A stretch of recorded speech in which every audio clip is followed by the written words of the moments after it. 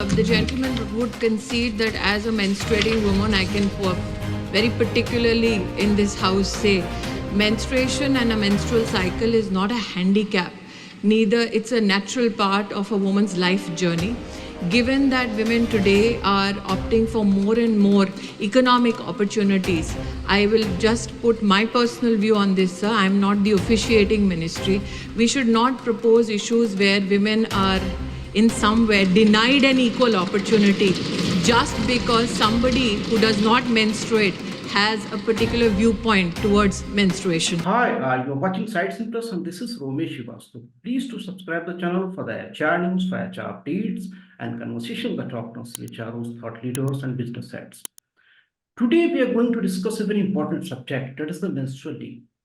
If we go a little in the background, so recently our Union Minister Smriti Irani, she opposed the paid menstrual leave in Rajya Sabha and she said menstruation is not a handicap and this may lead women employees to discrimination in the workplace. And after this, a debate got started among the professionals in industry and also among the HR professionals. Today, we will try to conclude that what are the best way to address this issue. We have two very senior HR leaders. Let me introduce Dr. Ritu Anand. She is a HR expert and former Chief Leadership and Diversity Officer at Tata Consultancy Services. Another esteemed panelist is Mr. V. Krishnan, Leadership Advisor and Executive Coach, and he's the former CHRO at Dabur and Havells, India. Ritu ma'am, if I come to you first of all, very welcome to you, both of you, SightsIn Plus. Thank don't you. You think, Ritu ma'am, don't you think the debate is, getting politicized somehow? Because if you look at the menstrual leave, so nothing is new about this. So this challenges from the ages and somehow it is also got settled in organizations. So what is your opening comment on this? Thank you for having me, Ramesh. And it's always a pleasure to talk to you and read SightsIn. This discussion actually made me smile a bit when I first read and saw the video. And then I realized that it was one of those issues, historical, traditional, centuries-old bodily function of women, which was being talked about, maybe to sensationalize. That was my first thought. What pleased me and warmed my heart the most was listening to the rebuttal or response of the Minister of Child Welfare, Mrs. Smriti Irani. That is when I decided to think about it a little more, that why suddenly it has come up. Yes, you are right, Ramesh. This is nothing new. Women have always been dealing with it in their own way. And why are we talking about it? Maybe the target is the PSUs or the government organizations. Maybe it is also a shout out to private organizations. Maybe it is a call to manufacturing organizations. But nonetheless, a special leave separately called out for menstrual as menstrual leave is not something that I would ever think about. And having led policy function in one of the largest companies in the country or even the world, I would confidently say that there are better ways of handling this requirement need of womankind. What is your opening remarks and what is your view? There should be menstrual leave policy in organizations or not? Look, it's something we have seen. We've seen our mothers go through, struggling through it. We have seen our wives, our sisters, the nieces, the younger generation. So I definitely feel that it is to say that it's historically been there. Our mothers, our grandmothers handled it. What the big deal? People can continue to handle it. I don't subscribe to that. I think I was just, when you invited me for this forum, after the minister's comment in the parliament, I was also reading up and listening to a lot of debates and discussions on TV. And the last organization, and one of the earlier organizations, I also tried to put together a policy. where I said, I also like Ritu, I said, let's not call it out or label it as period leave or menstrual leave. Let's call it wellness leave or something. And maybe for women folk, give additional 2 days every month. And in one of the factories, we're putting 100% women workforce in the factory. And we said there probably we have more, restroom, resting rooms, and, have some kind of a roster where, where people can actually go and take rest. So there are various things we were debating. Now, coming to the issue, I was going through a survey. In fact, I read it on Beyond. Apparently, recently, an agency in India had done a survey of 10,000 women across urban cities. And 70% of them have said that they would like to have a period leave because it is debilitating, it is painful, while it may be a physiological or biological process, but many of them said that they go through a lot of trouble attending office in this time. And surprisingly, 80% of them apparently said, we don't want a paid leave. You give us leave so that we can take care of ourselves. We don't want a paid leave because we don't want this to be discriminated against us. That we don't want this to become another reason for not, hiring more women. The other thing also is that, there are countries like Japan which have had period leave right from 1947. And Indonesia has had leave from 2003. And Spain recently announced period leave for all women in February 2023. So the point is, I think we need to keep in mind that women need some kind of a reprieve from this biological or physiological issue where they go through some trouble for 2-3 days. But we need to do it in a way which is not labeling it, without calling it out, without making it awkward. Because in a country like ours, where even today sanitary napkins are sold by putting them in a black polythene cover and hushing it, we have a lot of a history of. Happy this debate has at least put the discussion out on the table, that people are discussing an issue very openly and very pragmatically. But I feel some support mechanism needs to be provided without making it awkward, embarrassing, and labeling. That's what is my view. Some countries have already taken an initiative. So I don't quite subscribe to this. That's a natural process. Women have been historically handling it. There's nothing different to be done about it. I don't subscribe to that view. I think some support mechanism needs to be provided. What's the best way to do it without labeling it and calling it out? I think that's what we should look at. Ritu ma'am, what is your take on this? How do you see, you have been in service industry since a long time with the IT and tech company. So how do you see what is the best solution, best how we can address this issue? As Mr. Krishnan said, without labeling the name, we can have 2 leaves or 3 leaves extra. So this is the one. What is your opinion on this? I want to, like I mentioned earlier to somebody, I want to look at this discussion holistically.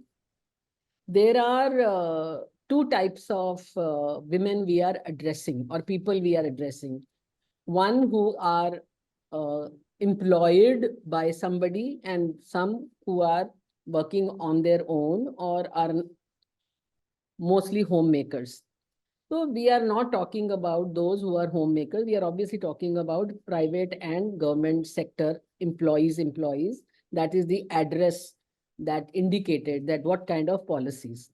That is number 1 issue, discussion. Second is, most of the countries who have, especially Eastern countries, are the one where we offer leave. They don't mandate it, except one country, Krishnan, I found, where it is mandated. And that is, so if my information is correct, Spain is the only country in the world today. I also obviously Googled in the net and I found out that it's the only country mandates, rest offer, take it or leave it. So that is keeping this issue aside, I also want to bring the third angle to it, generational angle. If you see, young generation is very comfortable about all the bodily functions, and they are very comfortable talking about it. For them, straight on communication is the way to go and the only way they have seen. There is no reference of historical what we have done or not done right now in my conversation. So putting these three things together, I would say that this is a little boldly a non-issue. We need to, country by country, and since we are having this conversation pertains to India, I will say that there are laws around leaves in India. Krishnan and I know it very well that there are mandated policies which are governing leave policies in India. How much you can earn, how much can lapse, whether they should extend, all those things are very well written. So companies, whoever has significant number of employees, have to follow those policies. Within those policies, I have always believed that understand what kind of voices you hear from the employees. Women have menstrual cycles. Some women will have child care responsibilities. Somebody will have elder care responsibility, man and a woman. I'm not only talking about now women, everybody can have. Somebody has a disability, somebody needs to go to the doctor for thalassemia, so somebody needs to go for lactation leave, they need America, there was a lot of talk about lactation. So I, as a policy maker, would not like to pinpoint one need of one segment of employees and create a bouquet of leaves which will cater to personal requirements of each individual. As a background that I have of psychology, human behavior, I know we have billions of people in the world and each one of them is unique. So unique demands, unique people.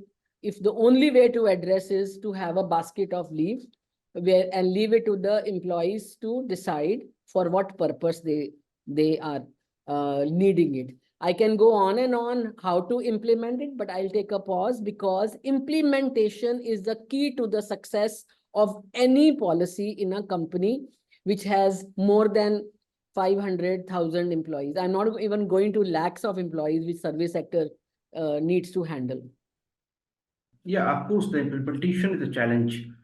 But before going to the implementation, what we did a little survey on the LinkedIn, and if we try to deep dive, so around 65% we got the vote that is for the flexi working hours or work from home. They're not looking for the paid menstrual leave.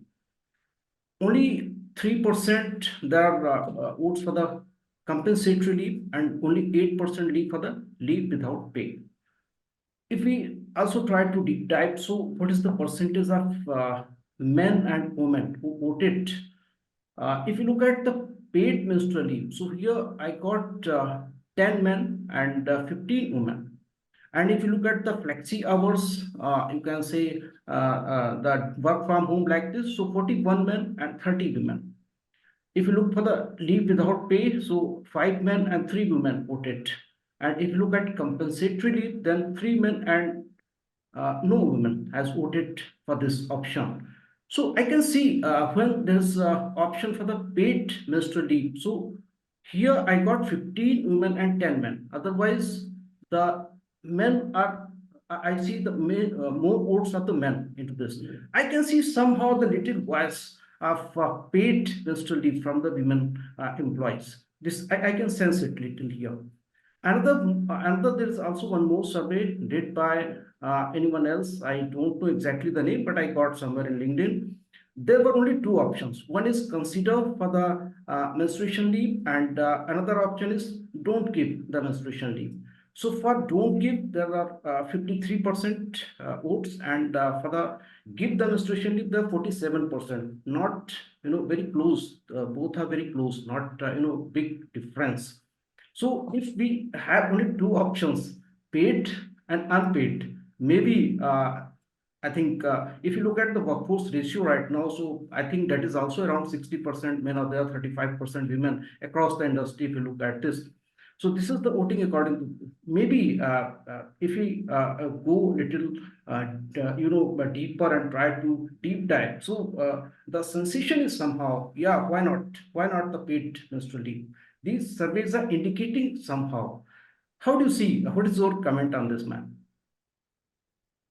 First of all, the leave which I'm talking about is paid leave. Okay, so it is paid leave. And if it is not paid, then it's not employers prerogative to give or not give. That is okay. So that is kills the conversation.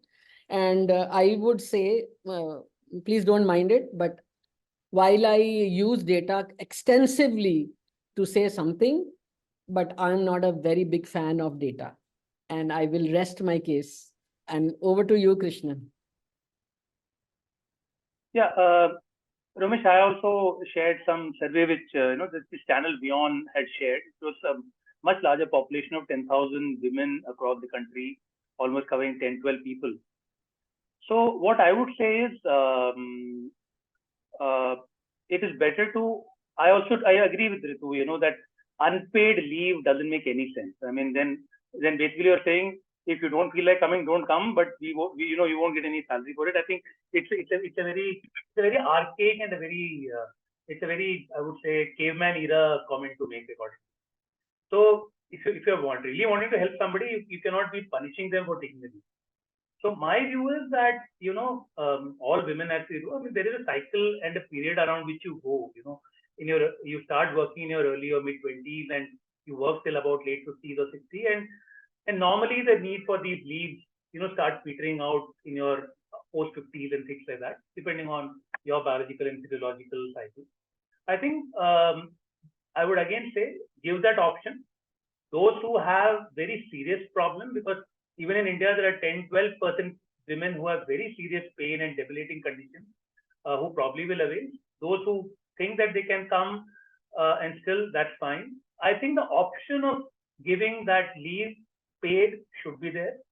Like even in Japan, like where I was going through this data, while from 1947 this rule has been there, only 0.9% women have availed it. Okay.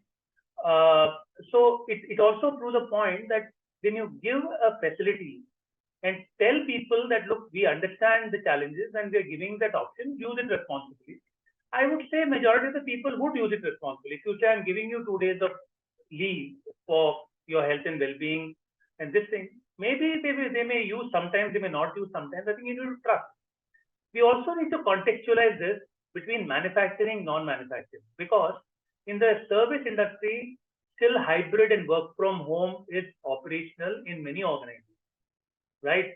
So if you say that you need to come to office only on twice a week or thrice a week, that kind of still handles that problem to a great extent. The problem in manufacturing and B2C organizations where you have a large manufacturing force working 3 shifts, your frontline sales which has to attend to calls morning to evening, Monday to Saturday, a service organization which has to attend to service calls of appliances on Sundays. That is where the bigger challenge is, because you are in a customer facing role. You don't have the option of working from home or doing flexi. So that is where I think it becomes much more challenging. So I would say that the option should be there, and trust your employee to use it judiciously. Maybe after some time they don't need it, or maybe some of them feel that I can still manage, it's not that much of an issue. So that is my view. I mean, don't label it, don't call it, don't mandate it. Give that option. Leave it to the judgment and flexibility and trust of your employee to use it judiciously. That's what I would say. Right. The point which I liked about the minister's reference was that will it increase more discrimination? Will it highlight the further impediments that women as an employee bring into the table? Whether subtle alienation will happen. I mean, that is the real crux of the whole discussion. I know with the time, in matter of few days or a week or 10 days max, this issue will die down. Okay, because it's not an issue at all.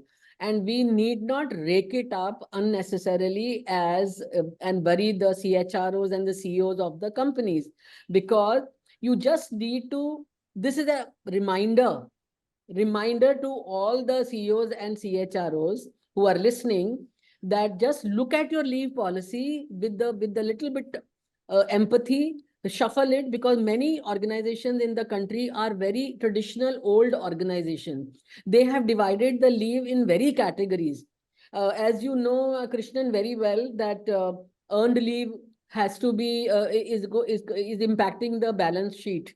It impacts the PNL of the organization. So you cannot really play around with that as much. But there are innovative ways today which can be used to comply as well as listen to the voice of the employees. And very correctly, Krishnan, there are voice of the employees where B2C companies will need to adhere to in a different manner. And service industry, the kind which I'm referring to, IT, is also B2C in a way. While we are dealing with the customer business of the B2B, but there are the customers are our C. It may not be the customer, end customer. So the programs have to go live. They have to really be present overnight to ensure Christmas sales have gone smoothly. All that happens. So issue is same, whether it is manufacturing, public or private companies. And I would suggest that put your head together, my dear listeners, so that you can just glance through your policy. And if it needs to be looked at with this lens, what was discussed in the parliament and what is being discussed in social media, this is an opportunity. Just keep in mind, don't further add to the woes of women who are waiting to rise to on the ladder of leadership. And that has to be very carefully attended to. So much carefully that this particular menstrual leave issue becomes a non-issue very soon. So, Ritu, you were talking about some challenges, implementation challenges that maybe 2 days extra, or that maybe you if you try the menstrual leave policy in organization. So, what may be the challenges and how to address these challenges? There are challenges of two kinds. Okay, because as a woman, I would not like to be treated any differently than my peer who is a man. And if that is the case, I will never come out and say that I need to take leave because of a menstrual, the period I am going through, or cramps I have, or I need to take care of my mother-in-law, or my maid servant has not come. I would not like to reveal that to anybody. And I will handle it in such a manner that I am treated at par with Krishnan. I don't, and so there are, I would say in my experience, and disclaimer is in my experience, more women are of that kind who are working. But there is a significant percentage of women who need help because they have not been, I'm not going to say trained, conditioned. They have been conditioned to ask for help. And nothing wrong with that, because I have been conditioned. Many of us have been able to fight that conditioning of society, family, peers, colleagues, family members. Many have not been able to. So organization has to mirror the society that they are living in, provide a platform for needy people, men and women, to dip into the facility and get on with their life. Those organizations are defined by me. In my opinion, I define them as progressive organizations, and others will always follow a little late. Commercials notwithstanding, these impediments, challenges can be overcome if CHRO and the organization is intending to take care of the employees, men and women. No more policies should only be targeted at men. No more policies should be targeted only at the other gender. That is my appeal to all of you, because future is staring at us. Mr. Krishnan, challenge is more into the manufacturing industry. As far as the IT is concerned, ITS is concerned, or the service industries are concerned. So right now the hybrid work is there. So manage this, that is easy there. But when it comes to the manufacturing, so what is your advice for the HR leaders in manufacturing setup? How they manage this in a decent way? How they can manage this? I think it's a matter of if you operate a bit of empathy and realize that these are genuine problems to address.